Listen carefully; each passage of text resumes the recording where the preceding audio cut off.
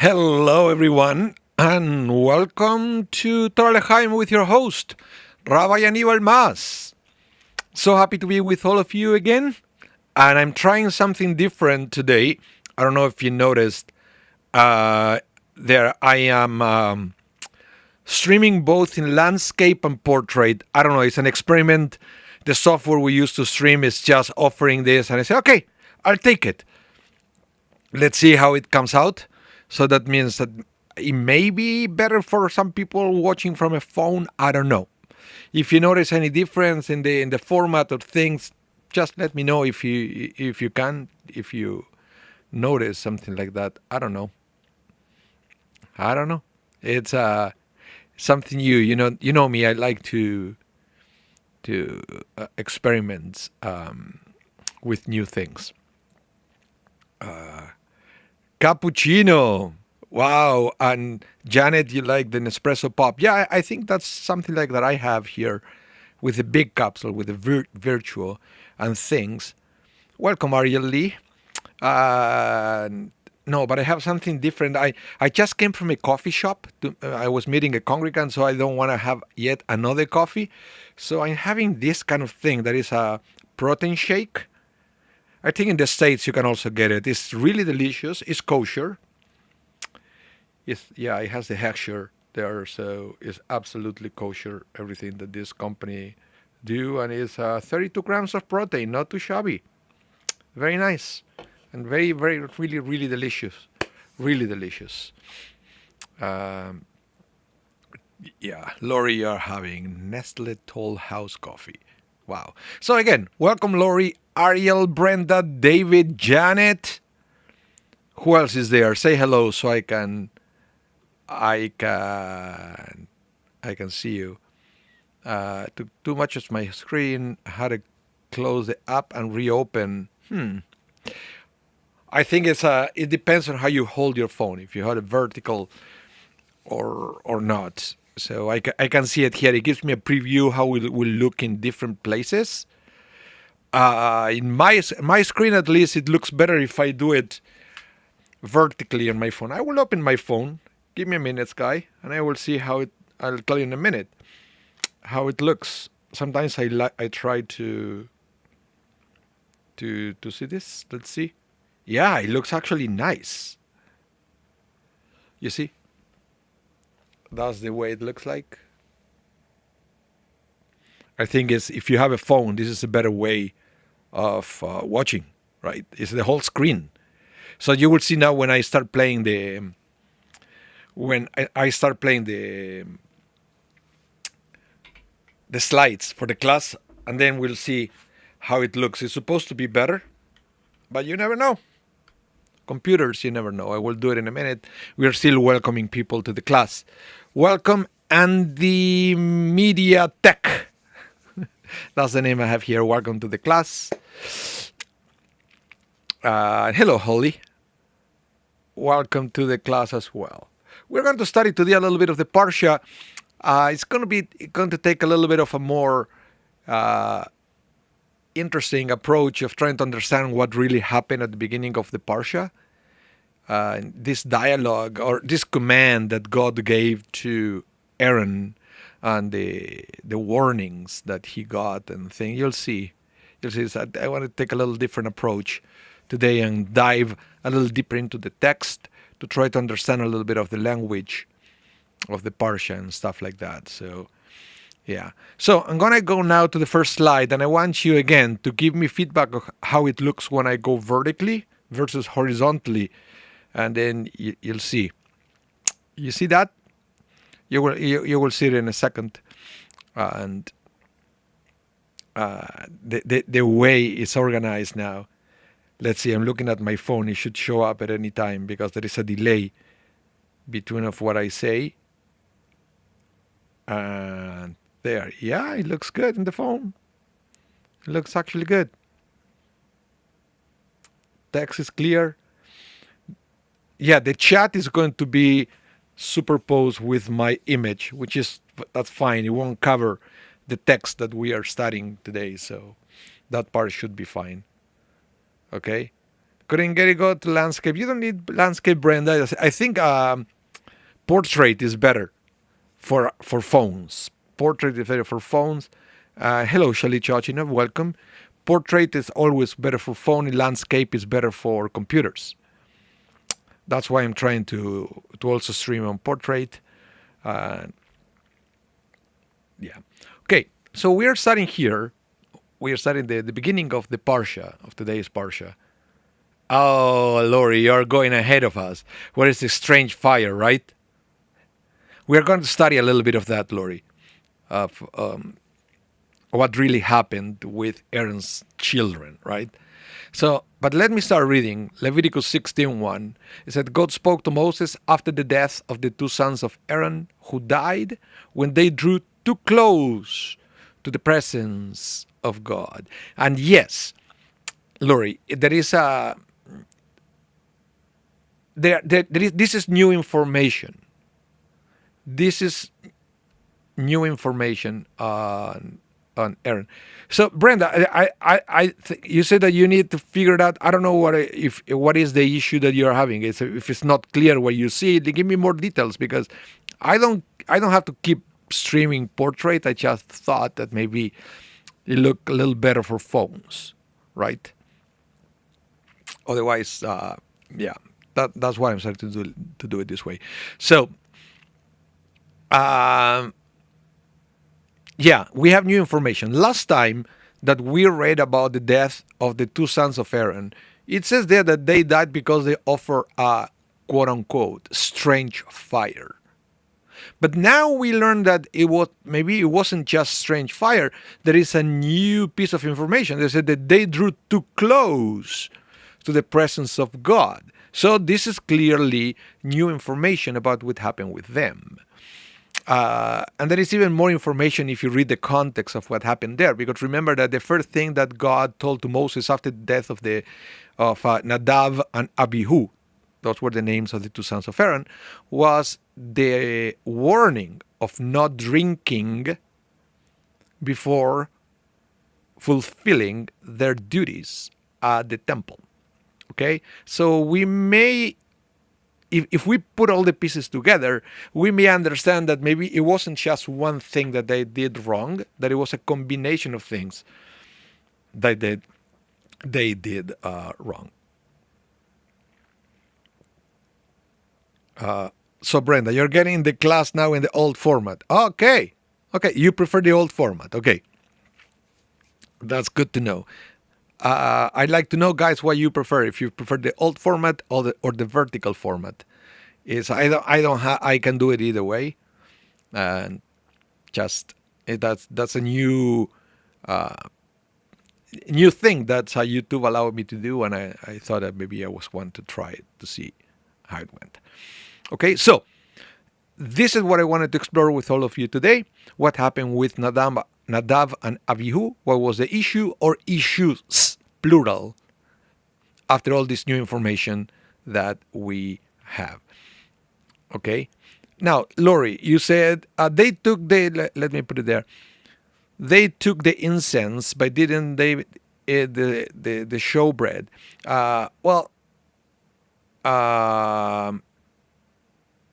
Ashira Myers. I like either. Oh, come on. Ashira Myers. Shush.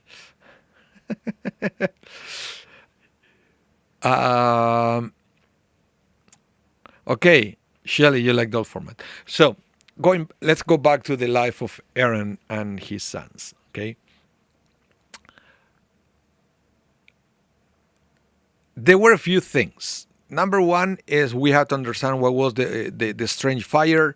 Because the Torah doesn't give details. Clearly, that part is related to bringing the wrong kind of incense or something. Did they do that because they were drunk? We don't know. But now we also know through this parsha that they got too close to the presence of God, quote unquote, right?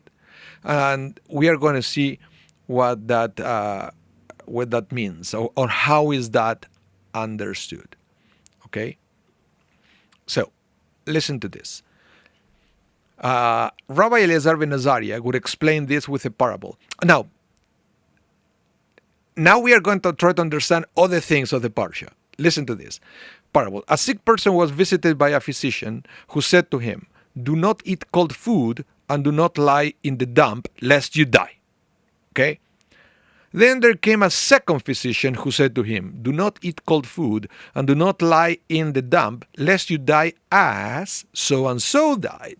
The second one influences him more than the first. Thus, it says, after the death of the two sons of Aaron. So what happened here is now Rashi is trying to understand why in this world would the Torah say to Aaron, okay, give more information about what happened with his two sons and why they died, because it is implicitly it is implicit in the message that it was also a message for Aaron to prevent him from doing something wrong. But it's interesting. Rashi here said that it's not just that the Torah said to Aaron, "Don't do this or don't do that," right, because it's bad to you. The Torah also included an example of what could happen if Aaron will go and make that mistake, which is an interesting teaching for all of us in a way we communicate something to other people. You know what, sometimes, and this happens a lot with it happens a lot with kids, right? When you tell kids, "Don't do this or don't do that," they go and do it because they cannot see what could happen. They cannot imagine what could happen if they are doing it when you told them not to do it. But perhaps it's whenever you say to somebody, "Please don't do that, because if you do that, it's going to happen the same that happened to so and so," then you can actually visualize the issues with doing something that is forbidden. You know, it happened with everything. "Don't put your fingers in the outlet." Psst. Why? Well, because if you do that, it's going to happen the same thing. Let me show you what happened. You show them something that happened to somebody else. It's very interesting. It's very interesting. That so, I don't know. I don't know what you think about that. If you ever had the issue with struggling to communicate something to somebody else because people couldn't get it, I want to hear from you if you ever been in that situation, because I would say that is very common among people.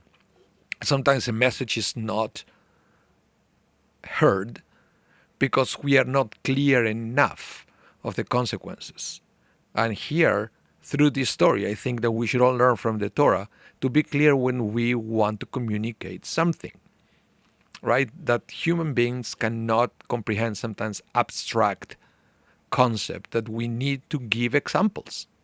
And people understand better when we give examples.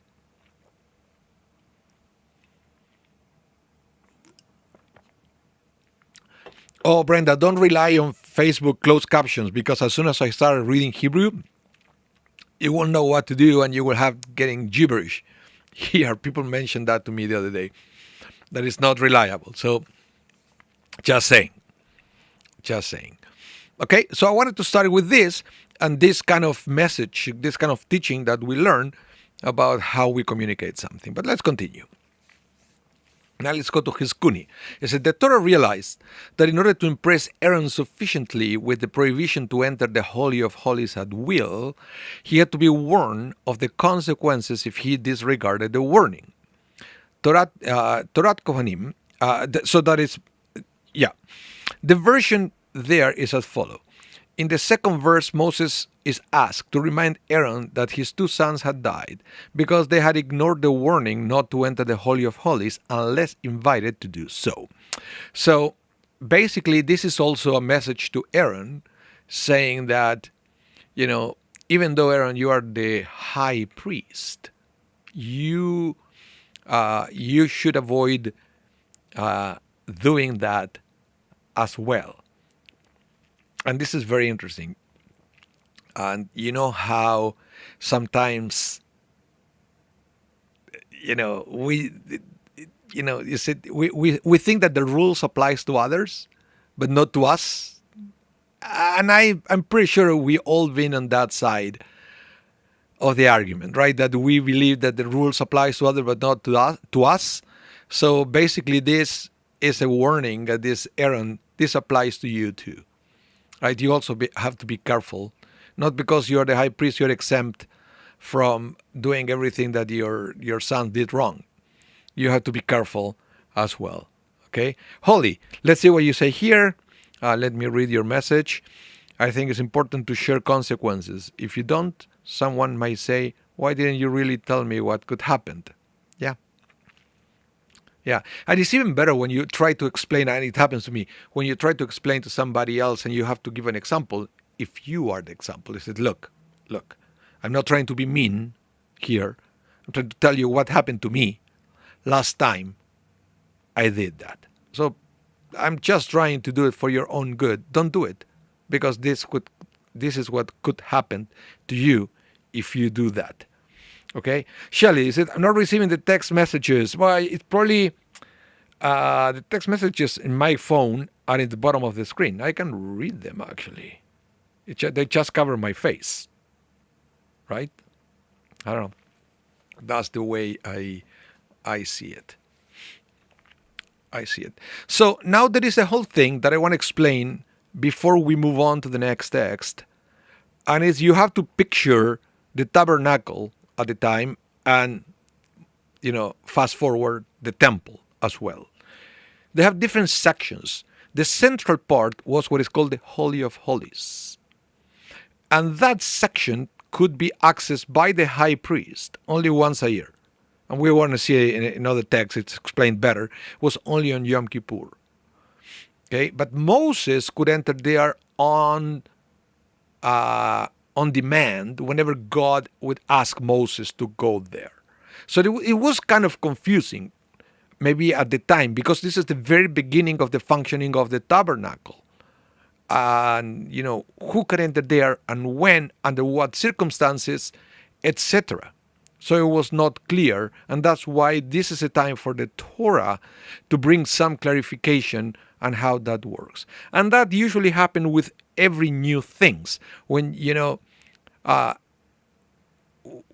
when you have to be very specific because people are unfamiliar with a new situation. So unfortunately, it's something that is very difficult to do. And on top of that, add any issues that you may find as you go. Now, this is something that, to be fair, God commanded at the beginning not to do it, or to be very specific of what they bring, when they bring it, and where they bring it.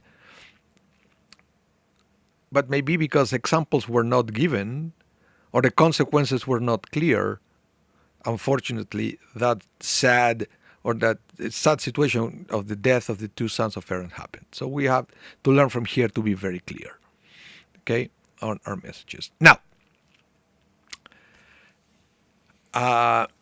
listen to this. The Ramban will add, the meaning of the phrase after the death of the two sons of Aaron is that immediately after the death of his sons, he had warned Aaron against drinking wine or strong drink when going into the tent of the meeting, so that he should not die. And now he told Moses, in addition, to warn him, so that he should not die when he draws near the Eternal, even in a sober condition, but at a time when he is not commanded to do so. So, what was the confusion at the time? The confusion was that maybe Aaron will think, okay, what God told me before is that I should not enter to the holiest of holies after I had wine. And now this parsha said, no. It's not only about not having wine before coming to the Holy of Holies. It's only you should come to the Holy of Holies only at the proper time. Okay? So it keeps implying that the sons of Aaron committed not just one mistake, they made not just one mistake, but multiple mistakes. Named. Number one, they brought what they shouldn't. Number two, they were drunk. And number three, they entered at the wrong time. Okay? They didn't supposed to go that close. And we are going to see that even when Aaron's supposed to enter to that place, he had lots of restrictions of what he should do when he entered to the Holy of Holies. Now you have to imagine what was the Holy of Holies. In that place, the Ark of the Covenant was there. Okay? And it's supposed to be on top of the Ark of the Covenant some kind of cloud representing the Shekinah, the presence of God. The experiencing of that unique cloud was reserved exclusively for Moses. Okay? Nobody else could experience that cloud. So we will see that even when Aaron was invited to enter to the Holy of Holies once a year, he could be there, but he could not directly see the cloud. And there was one safeguard to prevent that I don't want to say it yet. If you know it, let me know in the chat what was the safeguard so Aaron wouldn't experience directly the cloud. But it was there. It was there. It was that separation. Now, for everybody else, there was a curtain after the Holy of Holies, so nobody could see it anyway from the outside. Nobody could see it anyway. It was a very interesting thing. That's why, by the way, I don't know if you knew this. I always like to explain this practical things for people to get more familiar with synagogue. When you come to synagogue, the ark that we have at the synagogue, where the Torah is inside, it is kind of in remembrance of the Ark of the Covenant that used to be the Holy of Holies, right? But that's why in the Ark we have a curtain that is called the parochet. That is coming from the times where it was a parochet, there was a curtain outside of the Holy of Holies, so people could not see what it was inside unless that the curtain was open. So that's why when you have an ark, the ark needs to have a cover. Sometimes it could be a door, but most of the time it's a door and a curtain, because back at the time of the temple, it used to be a curtain. Now you know, that's why you have the curtain in the ark when you come to synagogue, okay? So that's the practical thing that we learn. Let's continue. Now, listen to this, because I find this text very interesting, because now, remember I mentioned three things that the sons of Aaron did wrong? Well, now that Zekainim, this collection, is going to bring yet another thing that it was implied that they did wrong. Almost like a fourth thing. Listen to this. This phenomenon is also the subject of Psalms 78:63. Fire consumed their young men, and their maidens remained unwed. That is a verse of the book of Psalms, okay? Now, the psalmist explains the reason that the sons of Aaron had to die as being that they had failed to get married. So, let me back up. Now, the Midrash is connecting that verse of the book of Psalms with the death of the sons of Aaron. Okay? So, when the verse of the Psalms said, fire consumes their young men. Who were the young men in the words of the Midrash? The two sons of Aaron, right? And then it says, and their maidens remained unwed. It implies that the two sons of Aaron never got married. Okay? So let's continue. The psalmist explained the reason. Is that the reason that the sons of Aaron had to die as being that they had failed to get married. So, let's go slowly here. But the Midrash implies that the death was also a punishment because they didn't get married. Not because they couldn't get married, right? Not because they couldn't find somebody suitable, but listen why. They had described themselves as so superior that no one was good enough to become their wives. They overestimated the value of having been born into such prominent families as their father and uncle. That means Aaron and Moses. The result of their haughtiness was that they died without leaving behind any children. In other words, no one remembered them. In other words, I'm going to say another words to the other words, is nobody recited, they have no children to recite Kaddish for them, right? But this is very interesting because it helps us to understand the psychology of these two individuals in a different way. In a way that now we know the level of arrogance that they had. And I'm pretty sure that was devastating for Moses and Aaron, that they were all the opposite, right? But it's not uncommon when people are born into a prominent family. They have everything easy from the beginning, spoiled from the time that they were born. And they grow up feeling untouchable. And they feeling better than everybody else. And they feel entitled to everything. To the point that, well, not only, I mean, the Midrash here take it to the point that, no spouse was good enough for them, right? Because look who I am, and there is no way that somebody will be up to my stature to get married to me, right? But also that no rules apply to me.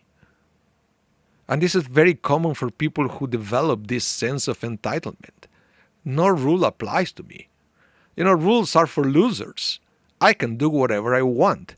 And then they have this shock of reality when they decided what to bring, when to bring it, where to bring it, what to bring, and they died. Because rules did apply, even to them. Now let's go back to the Parsha when that happened. Where Aaron, it says there that Aaron had no words. Because truly, if you feel at that point that you fail your children, for the way you spoil them on everything, that never said no to them, you always allow them to do whatever they wanted to do, right? You never put a stop to that when you still had a chance to do it.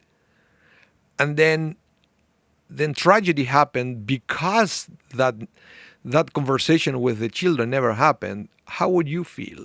I would probably feel like Aaron. I would have nothing to say. Not because I wouldn't know what to say, because there is nothing else to say. This is not the time to say it. You know what I mean? That's when the Torah says that Aaron said nothing, is because that was not the time to say anything. When it was the time to say something, when it was the time to have the conversation with his sons, it didn't happen.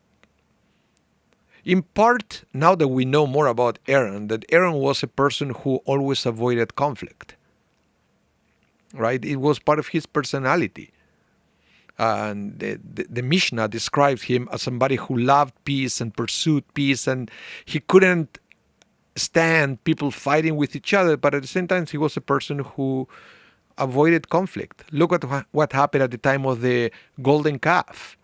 They even allowed the people of Israel to build the golden calf because he didn't want to fight with them. And then, now that we can start putting all the pieces together, I'm wondering how Aaron will feel about that part of his personality, right? But it also was tragic at the time of the golden calf because he didn't stop the Jewish people from doing it, and so many people died in that generation. So let's go back to the chat a little bit. Shali Chochinov, you said, sadly, this is true even today. Yeah, yes. Lori, you said, are there descendants of Moses walking around today? Well, we have no way to know who is a descendant of Moses. We do know who is the descendant of Aaron. Everybody that is a Kohen is a descendant of Aaron, right?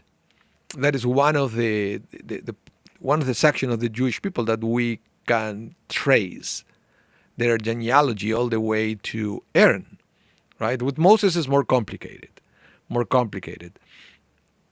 Now, here Shelley said there is often reference to the psalmist. It is Hashem or alter ego. No, this is actually said the psalmist. This is King David, and again, Shelley, this is part of the midrash, right? So what we are understanding here is that whoever wrote this midrash believes that David was inspired by the story of the two sons of Aaron when he wrote Psalm 78, right? So on that line is King David inspired by the events of this week's Parsha. That's why I wanted to bring it to you.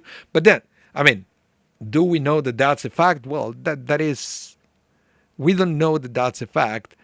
That is the words of the Midrash, right? I don't think there is a contradiction. Maybe King David had a different inspiration, but it's still interesting to make the connection between the two stories. So yeah, let's continue. Oh, this is all gold. Let's go to the next verse now. We opened the class with Leviticus 16:1. Let's go to Leviticus 16:2 that it says, God said to Moses, tell your brother Aaron that he is not to come at will into the shrine behind the curtain, in front of the cover that is upon the ark, lest he died, for I appear in the cloud over the cover. So there are a few things here. And we are going to see the comments, right?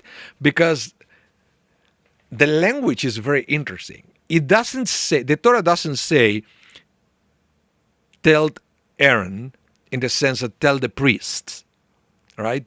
It says, tell your brother Aaron. Not just Aaron, but talk to him as your brother. Do you understand the difference between speak to Aaron as a priest or speak to Aaron as your brother? And we are going to see that the rabbis understand this as a continuation of the same topic on entitlement. It's all part of the same thing, entitlement, right? And this is something very common, right? You know who my father is. No, you know who my brother is. And we feel that if our father or our brother have certain privileges, well, we should have the privileges as well because we are part of the same family.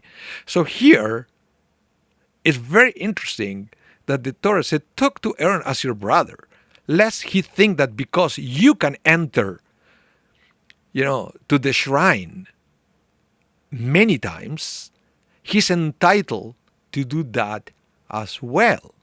So he's a priest, like all the priests that are going to come after him. So explain that to him, that he doesn't have any kind of brother privileges. So, and I like that message that we get from the Torah, because I believe that sometimes we all need that reminder about not going around feeling like, we are above other people, right? So let's go to the comments from the rabbis to get inspired by this story. Listen to this. So Rashi says, as his sons have died, for if he comes into the Holy of Holies at any time other than Yom Kippur, he will die. So please, number one, Rashi said, Moses should explain to him, okay, that he's allowed to enter there, but only on Yom Kippur. That's it. And there is more. And he said, listen to this. Inasmuch as Moses had told Aaron on the very first day of his anointment as high priest to go ahead and offer his sin offering on the other altar, the meaning was that it was only the altar situated in the courtyard which Aaron had unrestricted access to. It also implies that there are times when Aaron will be permitted to enter to the Holy of Holies. One every year, Yom Kippur, Aaron was to enter the Holy of Holies. So again, you know what I told you before? That when you have a new situation, it creates lots of confusion, right? Because we never did that before, so now we have to start to figure out the rules. So this is one thing. It was preventing Aaron from thinking, okay, there is another altar outside the Holy of Holies, and I can go there whenever I want. So maybe that means I can also go to the other one, and then they said, no. The two altars, so these two holy places within the sanctuary, the tabernacle, they were different. One is for you, and according to the rules, you can go there. The other one is not for you, and you have to respect that.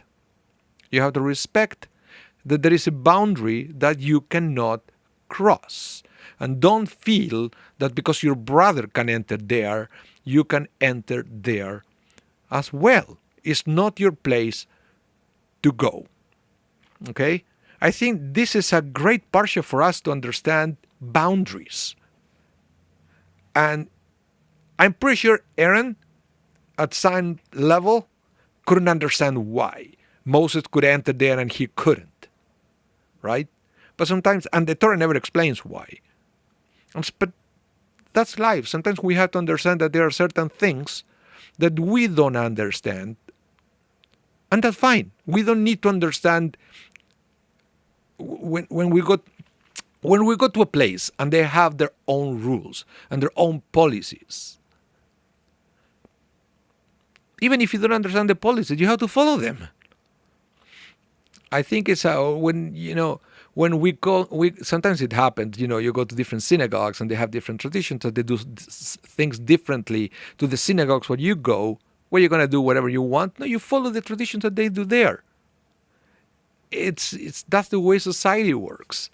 So here we have all these teachings around that, and sometimes they go unnoticed.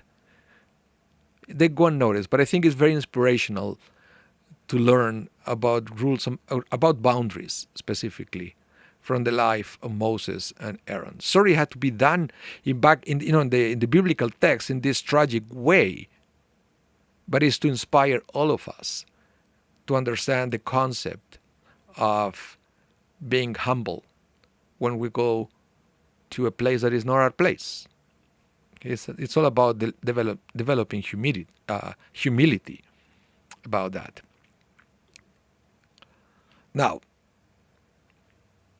let's continue with the Rashbam. This is very interesting. And listen to this. It says, if the priest will see this area with his own eyes, he will die. Therefore, when he will enter the tabernacle, the Holy of Holies on Yom Kippur, to burn the incense and sprinkle the blood of the bull and ram of the sin offering on the dividing curtain, the cloud will first wrap the entire tabernacle into darkness so that he will not be able to see what he was not allowed to see. Okay? So what happened here, this is what I wanted to tell you before, is one of the things that happened, on Yom Kippur, the only day where the high priest will be able to enter to the Holy of Holies, the Torah says that Aaron and in the future other high priests will have to enter with incense on their hand. What it means is you already have a lot of smoke coming from the incense. So he said that incense will first fill up the room. So even if Aaron was entering to the Holy and Holies, Aaron will never be able to see God's cloud hovering on top of the Ark of the Covenant. So that is also a practical thing embedded on that message for Aaron. The fact that he said with the incense, but now we can start understanding many of the other things that maybe Aaron's sons do wrong. When they said, and strange fire, maybe they brought something that it didn't have the correct incense, all the smoke to prevent them from experiencing the Shekinah. And that was something that maybe they didn't do it properly, maybe because they were drunk, or maybe because they were above everything else, that they could come out with their own ways of doing things. And they say, maybe, because we are so special, we don't need to cover the place with heavy smoke so we wouldn't experience Shekhinah. Maybe we should do it our way. And it didn't go well for them. Didn't go well for them when they tried to create their own things. So sometimes it teaches to be respectful, to be a little, to be humble and respectful, right? And as it says here, and this is another thing that we learn from this parsha, and I like this commentary. In order to avoid the death of more priests, a spatial boundary is established between the Holy Shrine and the Holy of Holies behind the curtain. Aaron, as well as his successors as chief priest, must not cross this line except on the Day of Atonement.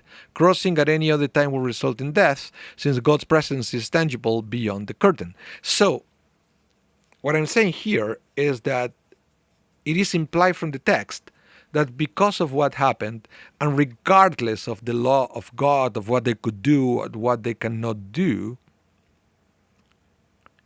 they decided to create a safety zone so nobody will be in the same situation by mistake. Okay? So it's a compromise how you call it, outcome here, in the sense that the rules, the law, the policy were still in place. But there were other things to help people to never cross the line. You know what I mean? It's like let's say that I put a sign in a mountain and said, don't get close to the cliff or you may fall. Everybody understands that, right? But you can't prevent some person, I don't want to swear at anything not nice, to say, okay, but I want to see what happened. And, they get close to the edge and they fall. So nothing stops you from, on top of saying, don't get close to the cliff. Nothing stops you for, on top of that, putting a fence or a chain or something so people won't actually get close there. Okay, so that is what eventually ended up happening, even though it was not part of the original plan. By understanding human nature, they ended up creating a spatial boundary, like a buffer zone, where priests could have a physical marker that they should not be on that. So it's also something that we learn from this week's parsha, to do something like that. That there is rule, but there is also human understanding humanity and added other things. Okay? Oh, hold on a minute. I have to...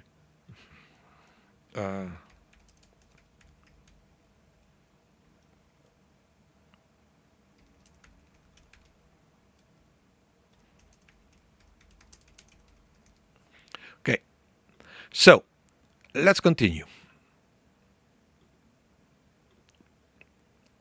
Now, let's go to another verse, and I wanted to talk with you a little bit about this, because this is one of the most famous verses in the entire Torah, where it says, you shall not take vengeance, not bear any grudge against the sons of your people, but you shall love your neighbor as yourself.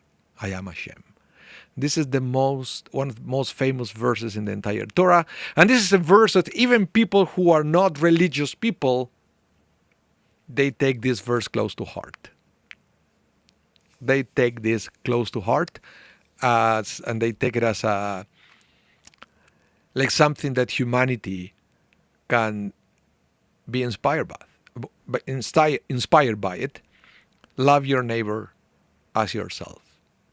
But the way I wanted to bring it to you is that the verse is not just that. This is the part that everybody remembers. Love your neighbor as yourself. Nothing wrong with that. But as Jews or as people studying Torah, we should know that that's not the complete verse. There are two other parts that people forget. Number one, you shall not take vengeance, not bear any grudge against the son of your people. That's number one. And number two, part that everybody forgets, is the end. Ani Adonai. I am God. That's the reason why we do what we do. Those two parts usually they get conveniently trimmed. Brenda, you say, oh, that was my part of my adult bat mitzvah parsha. Very nice. So you had the bat mitzvah on this parsha. Very nice. Now, let's explain the first part. What is the difference between taking vengeance or bearing grudge? Sometimes when we read that part, it looks like they are synonyms, but they are not. Listen to this. What constitutes taking vengeance? And the rabbis explain. They say, well, for example, he says to him, lend me your sickle. And the latter replies, nope. So the next day, the latter said to him, lend me your axe. And he said to him, well, I will not lend it to you, just as you did not lend it to me. That constitutes revenge. Okay? So listen to this example, because now we can understand how we are violating this Torah commandment more often than we think. Sometimes we think about revenge into major issues, but it could be as simple as like a dispute in the office, or with a neighbor, with a friend, something small like this. Like, if somebody didn't do you a favor in the past, now if they ask you for a favor, you will say, nope, I won't do it. Why not? Because, well, when I ask you, you didn't do it for me, so I won't do it for you. No, that is a clear violation of a Torah law, right? Forget about love your neighbor as yourself. It's the beginning of the verse that if you take vengeance in these petty little things, it's the same as if you take vengeance in large issues. It's a clear violation of a Torah law. Okay? And what is the second part of the verse? That it says, what constitutes bearing a grudge? And the Talmud brings an example. For example, he said to him, lend me your axe. And the latter said, nope. Then the next day, the latter said to him, lend me your sickle. Now, if he says to him, here it is for you, I am not like you, who did not lend it to me. Well, this constitutes bearing a grudge, for he keeps the hatred in his heart, even though he does not take revenge. So, what is the difference between the two? Taking vengeance is both action and feeling. Action and feeling. You don't do something for somebody else, and on top of that, you have that bitter feeling inside your heart. Now, bearing a grudge, it seems to be a little bit better, because now there is an action, right? You do something for somebody else, but you still have the bad feeling inside your heart. Interestingly enough, the Torah put the two together, taking a vengeance and bearing a grudge, at the same level. Okay? So, it's telling you something, that they are not two different verses. It's the same verse. And why are these two things there? And then the Torah continues, but love your neighbor as yourself, because the Torah is bringing the medicine, right after mentioning the illness. In other words, what is the solution of not taking vengeance or bearing a grudge? What is the solution if you are in that situation? The solution is love your neighbor as yourself. But somebody says, I don't care. You don't know what that person did to me. That's why the verse ends with the words, I am God. I know what the other person did to you. I'm God. I know everything. I know exactly that's the way, you know, people interact with each other. We offend each other. We are not nice to each other. It's part of life. I know that. I'm God. So I understand if God said, I understand this is the way it is. You understand it too. Sometimes people could be having a bad day. Who knows? Who knows what the person will go through in that day when you got offended by that person. So let it go. Love your neighbor as yourself, because what is it? As yourself. Put yourself on their place, and ask yourself if you ever been in that situation when you were in a bad day and you ended up offending somebody else, right? So let it go. God knows how it is. So you should know. We should know it too. We should learn. We should learn from God. And yeah, yeah. Holly, you said a way to walk a little higher in the world. Yep. That's the way it is. You see, this the midrash reminds us, and you shall love your friend as you love yourself. Rabbi Akiva said this is a fundamental principle of the Torah.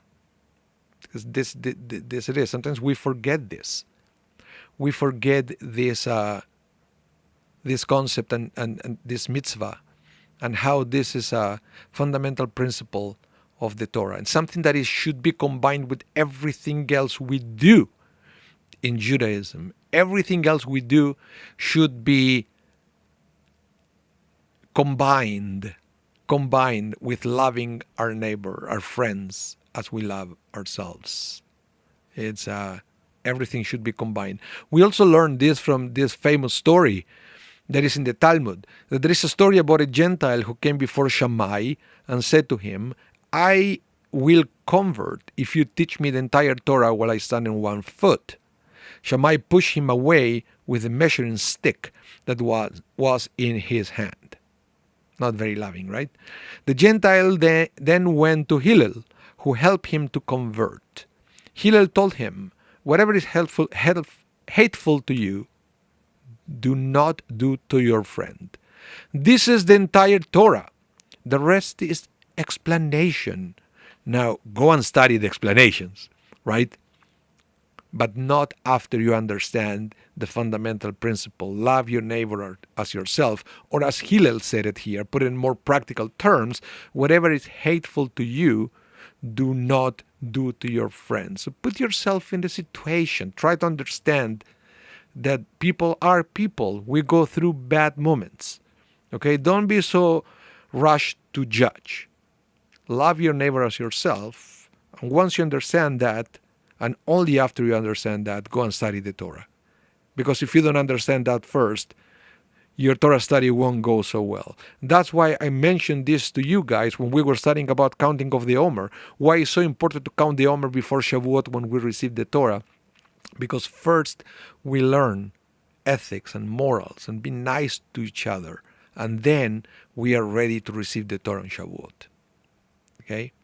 But we need to develop humility. We need to learn to accept boundaries and not to think that we are better than anybody else, and to sometimes walk away from that sense of entitlement that sometimes we develop in life. I think this parsha is a beautiful. You see now, you can see one verse after the other that they are all pointing to the same place. Okay, and sometimes even if we need a little help to see the connection from one to the other, and that's what I wanted to bring to you guys for when we study this week's parsha. Okay, so thank you so much, everyone, for tuning in. And